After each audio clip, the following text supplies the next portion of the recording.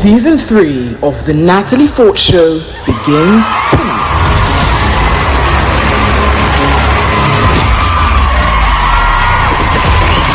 It's another beautiful evening here, and you're watching the Natalie Fort Show on GHOne television, where we have conversations that matter. Now, my guest tonight is many, many things. She's a wife, an awesome cook, a mentor, but most of all, she is passionate about saving lives. I describe her, and so many of us describe her, as a female trailblazer. She's the first female cardiothoracic surgeon in Ghana. Penelope Adu. Welcome to Natalie. Thank you so much. It's so good to have you. It's a pleasure being here. Now, on the show, we ask a question all the time, and that's, what's the state of your life right now? What's the state of Penelope's life as we speak? The state of my life, I would say I am in a bit of transition, having chopped this success, coming out as the first Ghanaian female cardiothoracic surgeon. There are more heights that I want to achieve. There's more that I want to do. So I'm in a bit of transition, moving from a life of residency to a life of a consultant. So that's, if I was supposed to give one word, it would be transition. Yes. That's a good answer. How is the transition going? It has its ups and downs. There are mostly good days and a few bad days. Tough days, yes. What are the tough days like? The tough days are when we lose a patient at our center. It's sad. And the good thing is I get to go home and speak to my husband about it. So that's a tough day for me. That's a tough day for you. But the good days are, of course, saving lives, right? Yes. How does that make you feel? It makes me feel very happy when a patient comes to the hospital with one problem, and then we operate on the person and he or she gets to go back home without that issue. You can see the joy on their faces, the joy on the faces of their relations. It's a very good feeling. Yeah. I mean, I see it. You glow. I think it shows that you're fulfilled in what you're doing. There's this glow. So why cardiothoracic surgery? Why not an easy, simple path? Why did you choose cardiothoracic surgery? Well, I think that I felt called into it. I felt that's where God wanted me to do. So I inquired about it, found that there was a center that had been set up in Ghana, which was fully functional, and they're doing a lot of cases. So I asked more questions. I learned that it was a tough field. There was no female there. So people discouraged me, but I persisted, and my family was supportive. They believe that once you feel called by God into a certain area, you should go for it. You say that you feel God called you. Yes. How so? It's more of an impression and an inner peace about going into that field. I didn't feel fear about it. I felt peaceful about the decision. Though I heard about the challenges and all, I wasn't perturbed because I knew that that was God's will for me. And I rotated through every discipline in surgery. But when I got to cardio, though it was very tough, I felt settled with it. So take me many years back. Was this always your dream and desire? No, it wasn't. Well, growing up, I knew I was going to go into the sciences because my sister was a medical student at the time. My dad is a pharmacist. So, and I liked general science, so I knew that I was called into the sciences. I pursued medicine at KNUST, the School of Medical Sciences. So it was during my final year that I rotated through surgery. I knew that I wanted to do surgery. Cardiothoracic came later on during my housemanship when I decided that that was it for me. And the moment you made the decision, what was the beginning like? You say people discouraged you. You, of course, decided that you were still going to go ahead with it. What were the early stages like? Okay, so when I decided on it, I spoke to senior colleagues, I spoke to people around me, to find out how it was. Yes, I was discouraged because there was no female there. Even to do surgery in the first place, they felt it was a male-dominated field. You only have time for your family. Did they tell you this directly? They did. They did. What's like the worst or the most shocking thing that you were told to your face as a woman seeking that profession? Well, the fact that I may not be able to have time for my family, and my husband may look elsewhere. It doesn't look like he's looked elsewhere. Not at all. Yeah. Not at all. But I saw this coming from a place of concern from these people. I spoke to my husband about it. I spoke to my family about it. They were quite confident that I could do it. So, I mean, my social support system was very strong. So I started the process. I wrote an exam to enter the program of surgery in the first place. It was tough. It required a lot of hours, and then whilst rotating through the various disciplines, I was liked a lot because I worked hard. So I was pushed for the other disciplines, but because I knew that I was always going to do cardiothoracic, I wasn't swayed. During the surgery program, I was told that cardio, you spend all your life in that building. Is that what I want to do? I thought about it. I spoke to my husband once again. He was like, you can do it.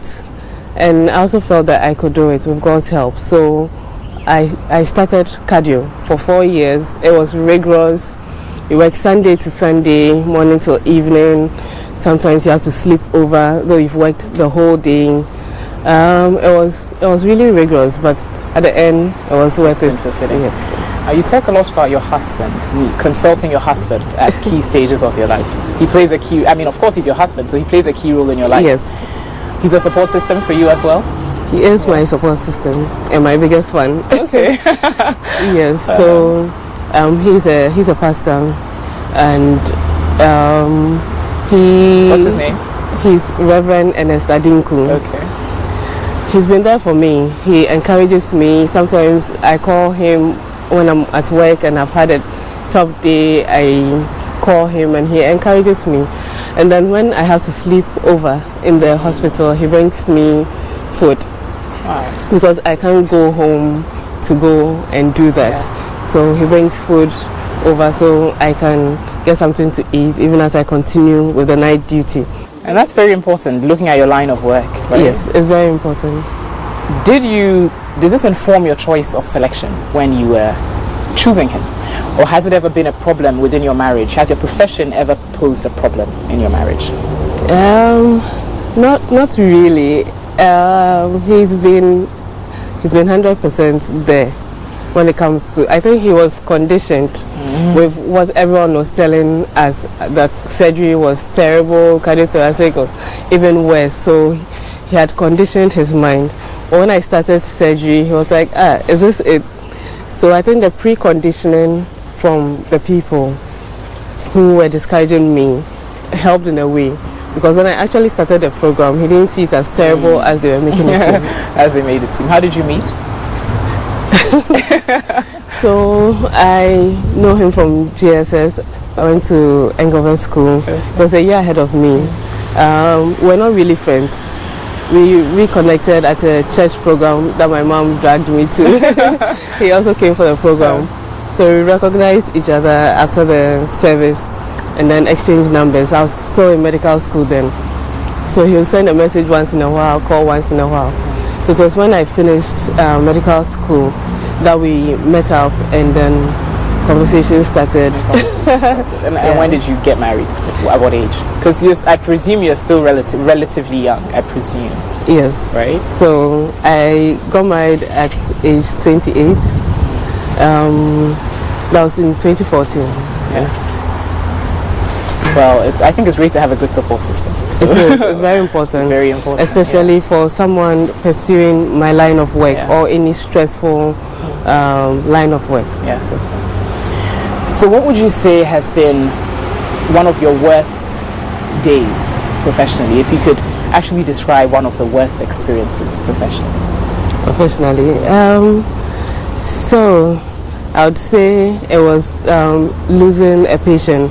You know, when we are operating, we use this machine. It's called the heart-lung machine, and it takes over the function of the heart and the function of the lungs during the surgery. We run blood through it back to the patient to supply blood to the rest of the body, apart from the heart, where we are going to operate. But in doing so, it causes a lot of stress to the patient, and we cannot predict who is going to have this kind of stress. Okay, we know that the longer they are on the machine, the more they are at risk. But then you can also predict exactly which patient is going to have this risk. So when a patient dies from complications related to this machine, it's always very sad, and going to break the bad news to a parent, a relation, that your loved one is gone, is always terrible for me, because I can't imagine losing a loved one. So I can't imagine the pain and the sorrow they have to go through. Yeah. And what's life like on a day-to-day as a cardiothoracic, as a female cardiothoracic surgeon? I mean, actually describe what's in the work environment. You're the only woman. Yes. Literally the only woman? Yes, so as a cardiothoracic surgeon, I'm the only woman. We do have other rotating doctors in the department. They come for a month, 2 months, 3 months. Some are females, but for cardiothoracic surgery in Ghana, I'm the only female. So a typical day will be like a Monday. I get to work by 7:15 a.m. for our early morning rounds. We round on the patients.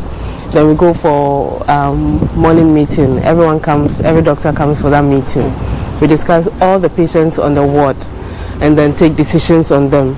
After which I go to the theater. We have an array of cases that we do.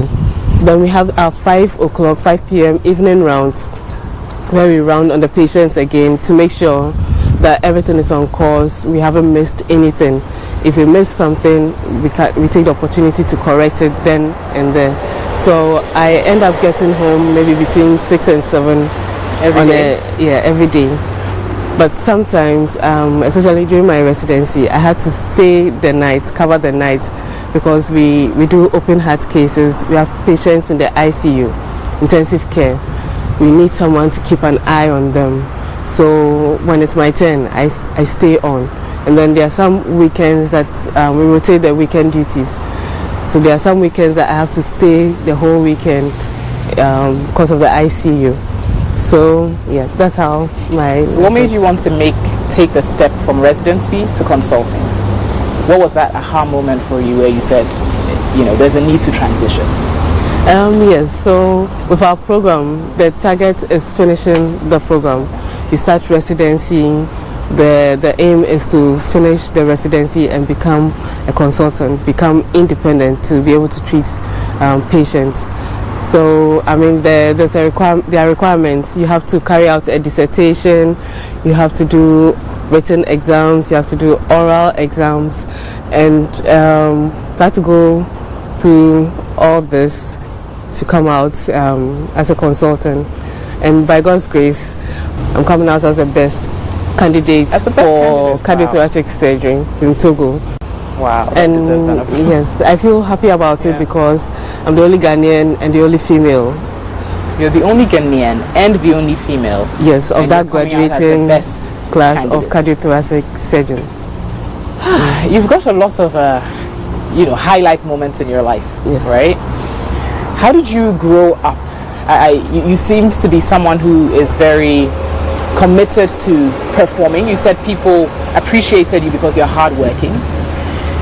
In what stage of your childhood do you think formed this sense of commitment to and diligence to work? Well, I was saying, my mom is a teacher, a retired teacher, so I think she was quite firm with my sisters and I growing up.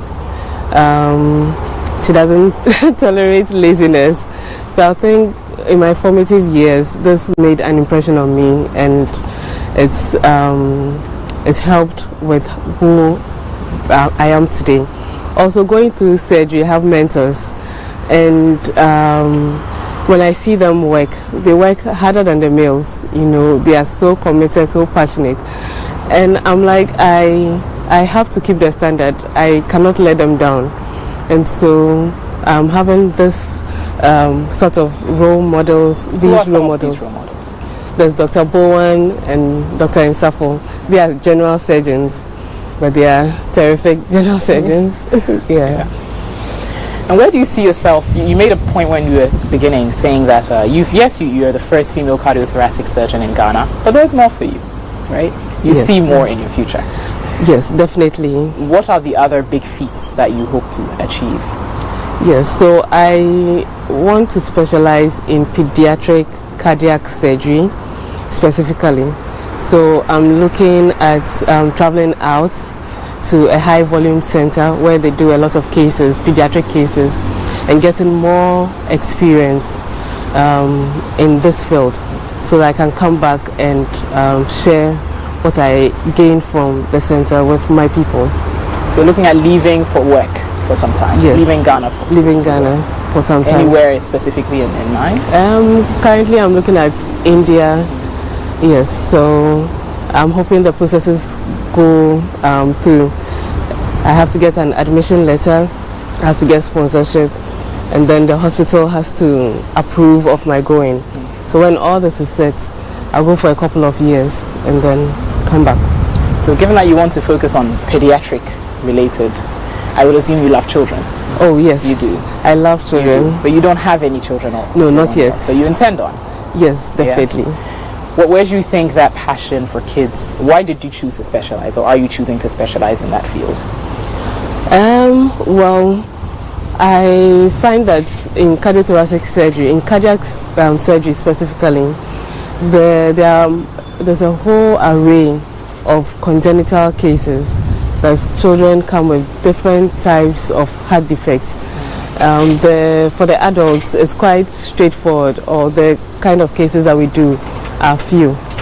So the children, there are multiple defects that one has to correct. And so I want to be able to do that, to do everything for them. Because I believe in children. I believe they are our future, and we have to give them the best chance at life. Now I know you love your profession, but if you were not doing this, what do you think Penelope would be doing? Probably full-time ministry. My husband. Yeah, full-time ministry with your husband. Yes, if I wasn't doing medicine. Yeah, but you can still do that, I guess. Or I would probably be an author, write books. Write books? I don't know. Maybe. Yeah? Yes. What sort of books would you have written? I would have started with novels. You know, when I was a child, I was very introverted, and I loved reading. My mom would take me to bookstores. There was Books for Less, there was EPP. So she would take me there, and any book I wanted, I would collect all the books, and then she would pay for them. Then I'll get home, and then I'll go up to my room and start reading. I could read and read and read, and I think at the time I wrote a short story for a competition. That was many years ago, and I was one of the finalists. So I think that's where that passion of being an author comes from. Would you say you're still an introvert? I'll say I'm still an introvert, but with exposure and time, I think I'm coming out of my shell. So aside the technical knowledge for your field of work, what would you say a young woman needs to have? What skills would she need to possess to succeed in this field? Okay, so apart from the technical skills, I think one would have to possess the ability to work hard, to be dedicated to the cause. What you want to achieve, you have to work hard to achieve. A lot of good things do not come on a silver platter. And then the ability to persevere and not give up. And then honesty. Honesty is a very good character, because people have to learn to trust you. If they know that they can trust you, you'll get a lot of recommendations. People come to you for advice. You get a lot invested in you or entrusted in you. So these are some of the few characteristics. I mean, there are many more, but these are what I see that a young woman has to possess to achieve their goal. Yeah, definitely. And at times when you were on the job and you said some people were discouraging you, did this ever get to you? Was there ever a point where you questioned your own ability to succeed in the field? Yes, so there were times when they discouraged me, I'll think about it. I mean, what could be so stressful that no woman has ventured into the field? Yes, I thought about it, but it didn't discourage me from towing that line. And of course, my support system, my family and my husband, wonderful. I love how you talk about your family and your husband. It's beautiful. What assumptions do people make about a woman in your field? Okay, so the impression, a lot of the impressions people have when they see me as so feminine. In the first place, if they don't know that I'm a surgeon, they don't assume yes, that I'm a surgeon. Maybe I'm a pediatrician or a physician or a cardiologist, until they get to know who I am. Then some don't even think I'm a doctor. I've told this story a few times. I think I've heard this story, but yes, when I'm working with my husband, I may be in a coat or just have a stethoscope around my neck, and then they still approach my husband to ask for directions to one part of the hospital, and he refers them to me. They eventually end up with me. So and it's so funny how if you're even in the apparel, they still assume that yes, it's very funny. There's a lot of work to be done to disabuse the minds of the general public that females are not doctors. Females are doctors, and there are female surgeons, and now there's a female cardiothoracic surgeon. Yeah, absolutely. Why do you think that our society? Why do you think it's a lot of women find it difficult to enter this field, and why are we so not judgmental, but we don't have confidence in the fact that a woman can thrive in this field? Why? I think it's probably about achieving balance. You have to attain a certain balance. So a lot of times something has got to give, and your spouse has to be understanding, because I do have to spend a lot of time in the hospital. So if I didn't have my husband supporting me, I probably would have struggled and spent a longer time in the program. So achieving that balance is key, and I think that we probably haven't seen a female before me because of this balance. But I mean, wherever you find there are females working and excelling in whatever field that they found themselves in.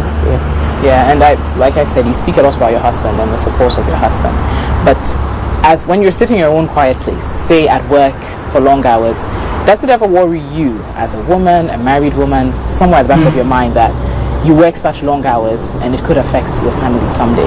Does it ever worry you as an individual? Yes, it does come to mind about my long hours. Yes, I do get worried occasionally, but I do love what I'm doing, and I see it as a calling. So I get past beyond that moment. It's usually just a thought. What do you regret in life? I mean, you come across as you've checked a lot of your boxes. You're doing cardiothoracic surgery, you love it. You're going to be working as a consultant, hopefully be moving abroad for some time. Has there been any stage of your life that you've had some regrets, and what has that been? Regrets? No? No, not really. There's nothing that's coming to mind right now. Not at all? I do not have regrets. You don't have any regrets? No. About the decisions I've made so far to this point. No, I don't. Now, you've spoken a lot about your husband and the support offered by your husband, and you said you have no regrets in life. We're going to get to know Penelope outside of cardiothoracic surgery a bit more here on the Natalie Show.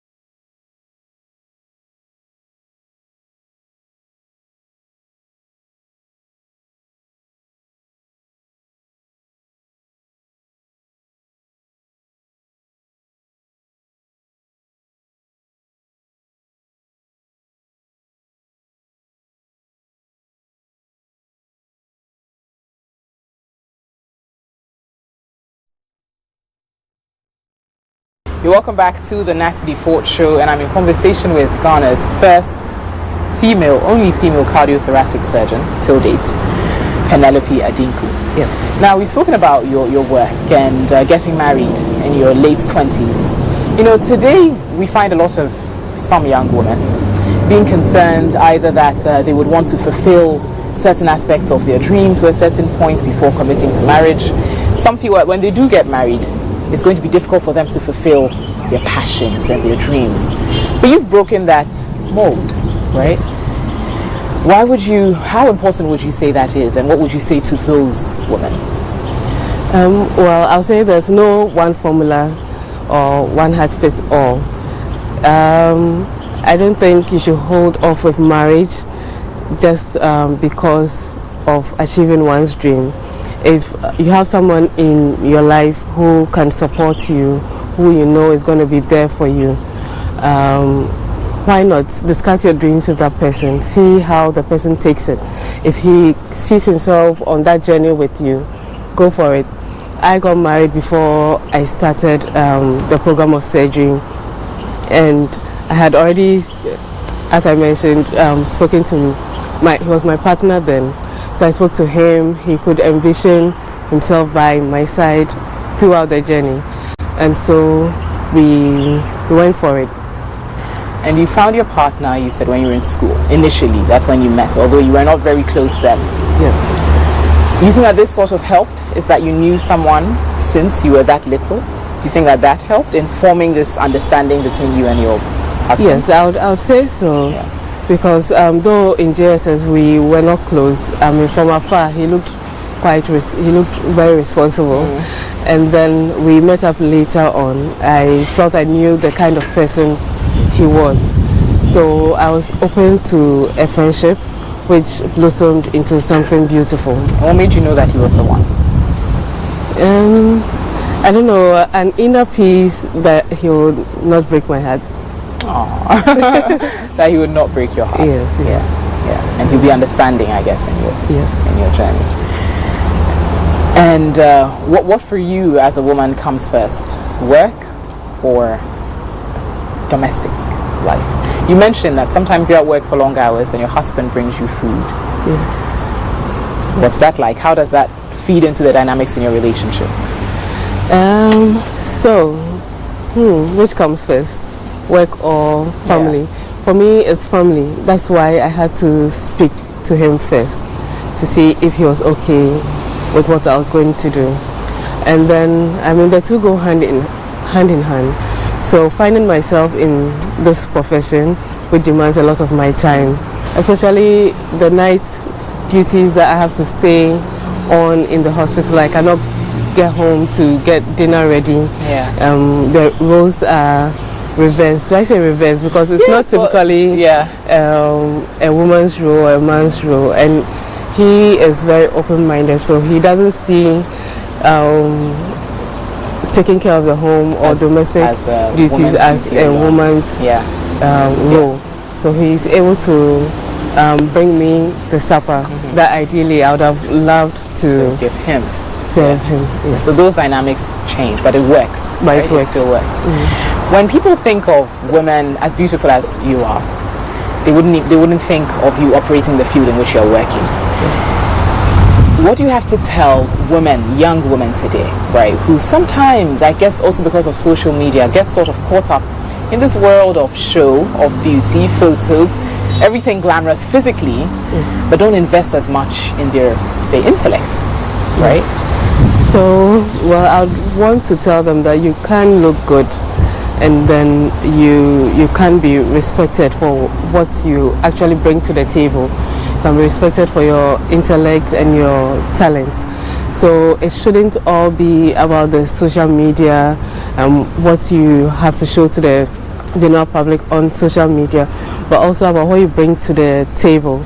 Because I would want to go for meetings and do presentations where people look up to me. They look forward to what I have to discuss or what I'm presenting because of my intellect. Beauty is an additional bonus. But yes, I would want to encourage the young women out there is to find what they are good at and then bring it to the table. Yeah. So at this stage of your life, do you feel like you're fulfilled? You're fulfilled in your varied aspects of your life?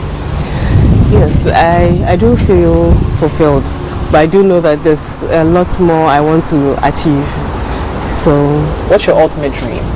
Where would you see Penelope that you would be like, okay, I've reached that ultimate dream. I've realized that ultimate dream. What does that place look like for you? I would say being one of the best pediatric cardiac surgeons in the world, not just in Ghana, but in the world. Then I'd feel like I've arrived. Yeah, in the world. Yes. Yeah. Will you describe yourself as a bold person?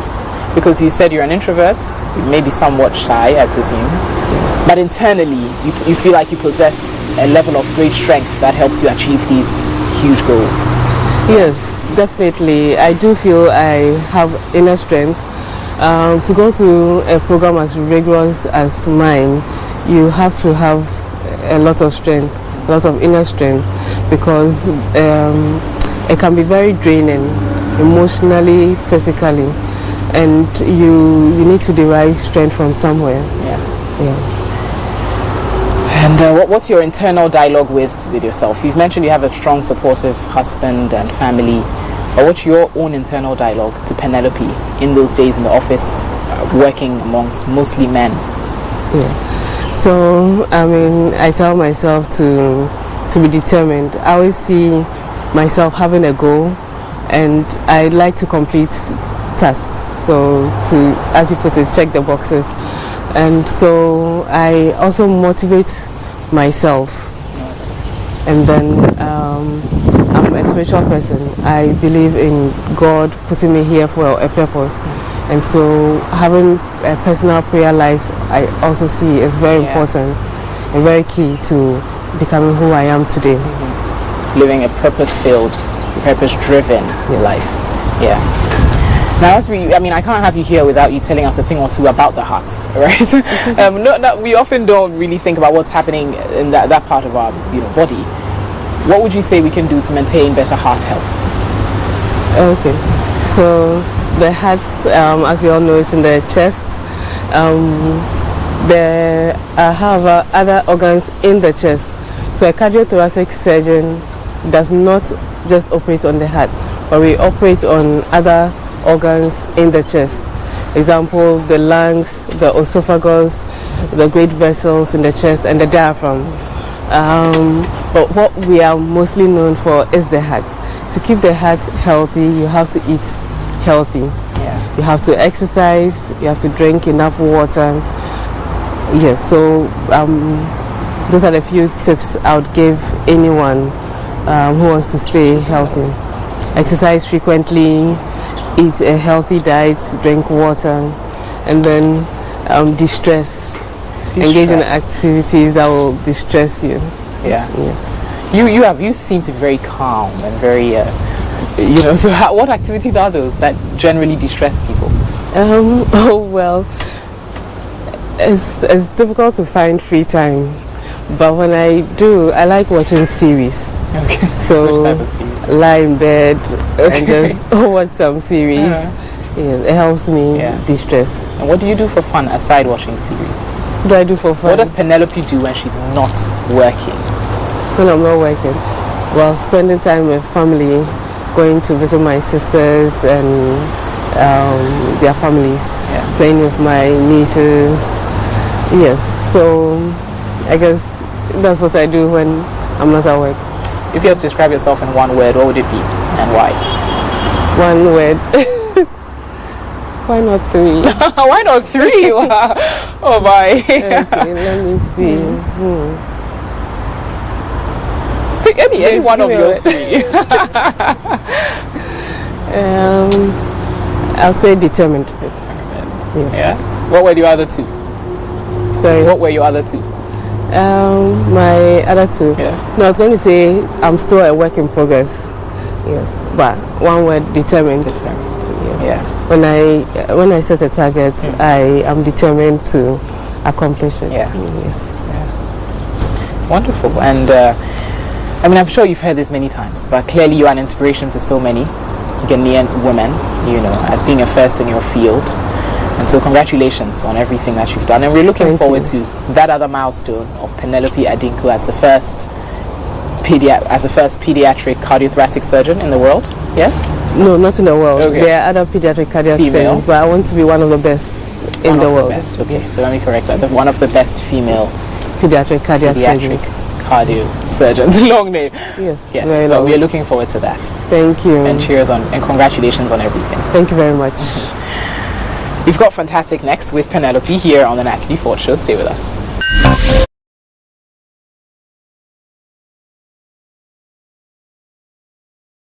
So this is the lighter side of the show. Fantastic. Little game. You mentioned you like music, gospel songs, so I guess we picked the right game for you. Let us know 2 of your favorite songs, and then sing a bit of either of those songs. Okay? Yeah, so it can be local or foreign. I really like Hillsong. 2 of their songs that I like, I will be still and know that you are God. And then there's Jesus, you are my best friend. I do not sing in public. I've been warned. Oh Lord, why not? You've been not warned. to sing in public. By who? I'm still trusting God to give me a very melodious Don't voice. worry, when you're praising, that's the beautiful thing about God. He doesn't quite mind how it Praise in sounds. the midst of the people. So no? Can you sing for me? I should sing for you. Yes. The Hillsong song? Yes. Well, it doesn't really come to mind. Okay. Yeah. Any song? I should sing for you on my show. Yes. Huh? You sing, can just sing sing a bit. song. Just a bit of the song. Dinah Hamilton. Dinah Hamilton. I don't. Okay, the only reason I'm singing anything is to get you to sing. So just promise me that if I sing a bit, you will do same. Our mouth alone. No. Oh Lord. Penelope, you're the first guest who's brought the game back to me. Okay, so there's this song, Lord, I give you my heart, I give you my soul, I live for you alone. Continue. Let's do it together. You know the words, right? Okay, so let's go. Okay. Lord, I give you my heart, I give you my soul, I live for you alone. Every breath that I take, every moment I'm awake, Lord, have your way in me. I'm proud of myself. Penelope Adinku, Yes. thank you for being on the Natalie Ford Show, and congratulations on everything. Thank you very much. You've been watching the Natalie Ford Show, and I've loved my conversation with Penelope Adinku, Ghana's first female cardiothoracic surgeon. Do stay with us. We've got Star Woman and Proud of My Hustle coming up next.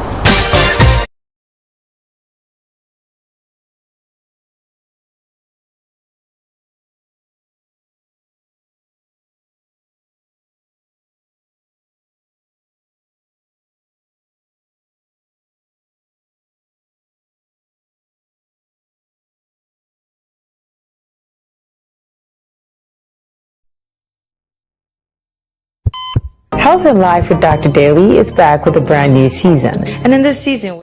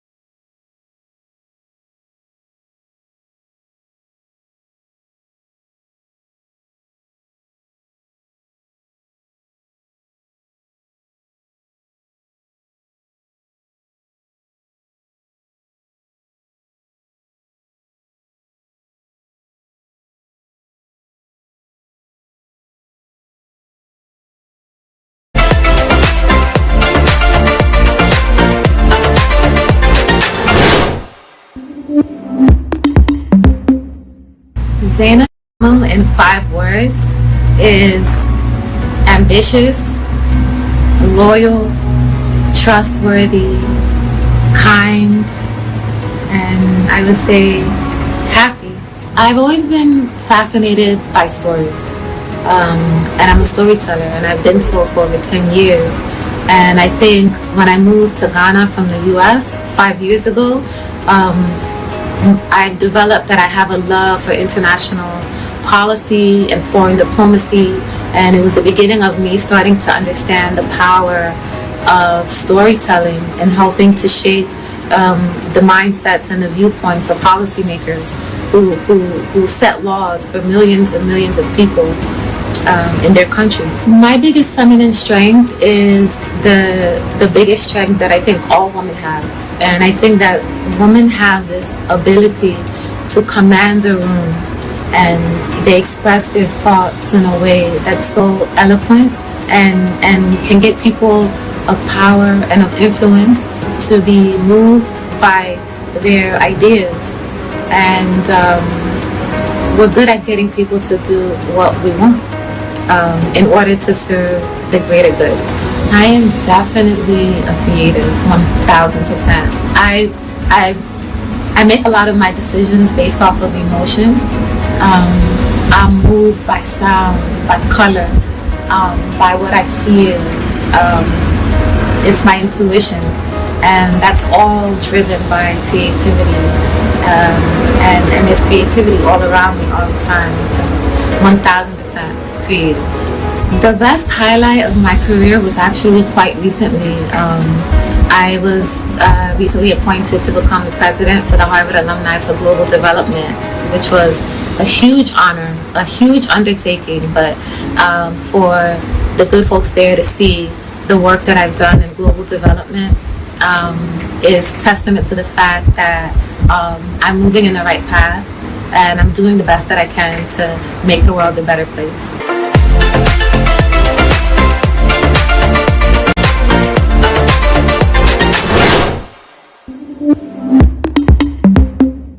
Now, what do you do for a living? What's your hustle, your 9 to 5? We seek to celebrate you here on the Natalie Fort Show. That's next on Proud of My Hustle.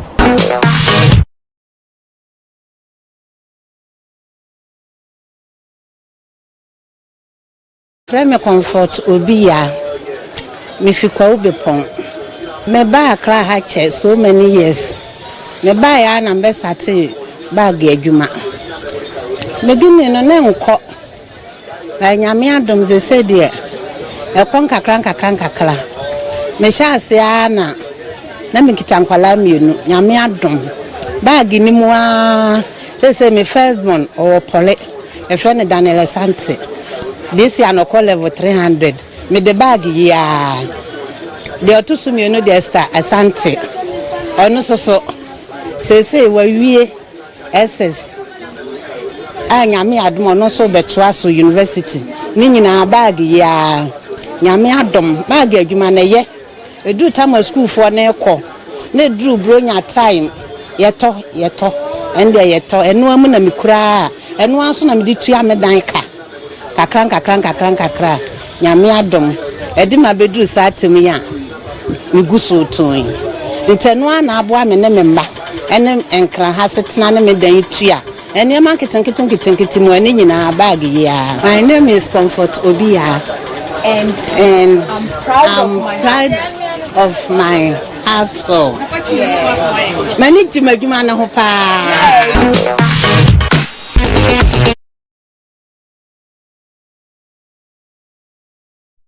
Well, thank you so much for watching the Natalie Fort Show this evening, and I'd like to leave you with this.